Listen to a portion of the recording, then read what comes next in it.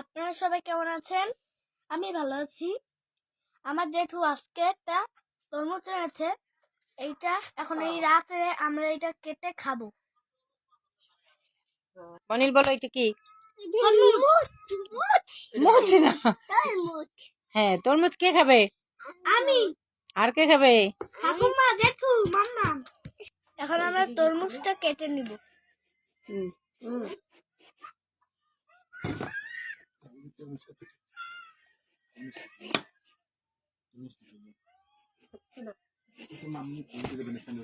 তরমুজটা অতটা ভালো না, তরমুজটার ভিতরটা একেবারেই সাদা হয়েছে।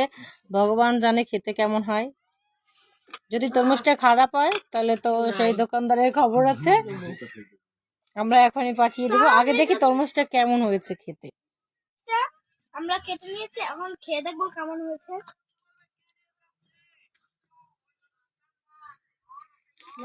খেতে কেমন লাগে? তরমুজটা দেখতে যেরকম খেতে হয় কি তার চেয়ে বেশি ভালো লাগে? হ্যাঁ,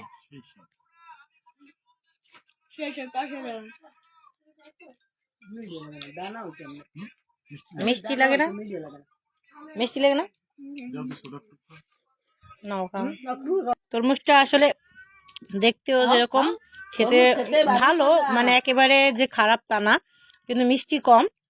এমনি মানে একটু শুকিয়ে শুকিয়ে গেছে, একটা কেমন জানিস মানে একটা ভাব হয়েছে। মানে জলের জন্য উপকারিতা, এত তরমুজে জল হয়েছে, জলটাই ভালো, বাট মিষ্টি না, কোনো মিষ্টি লাগে না তরমুজটা। তোমাদের তরমুজ গুলো খাওয়া হয়ে গেছে। কালকে এগুলো দিয়ে আবার একটু ভাজি দেখবো, চেষ্টা করবো এগুলো দিয়ে ভাজি সেসকির মতন খাওয়া যায়, কুচাইয়া সরিষা পোড়া দিয়ে একটা ভাজির মতন করা যায়। মানে যে দাম দিয়ে তরমুজ কেনা হয়েছে সেই দামের মজা পাইলাম না। যাক, যা হয়েছে ভালো হয়েছে, তরমুজ খাওয়া ভালো শরীরের জন্য, তো আমরা এর জন্য খেয়ে ফেললাম। আর এই ছোলাটাকেও কালকে ভাজি করব, ভাজি করে খাবো। এইটা আমি খেয়েছি। এই যে এইটা আমার বাবা খাইছে।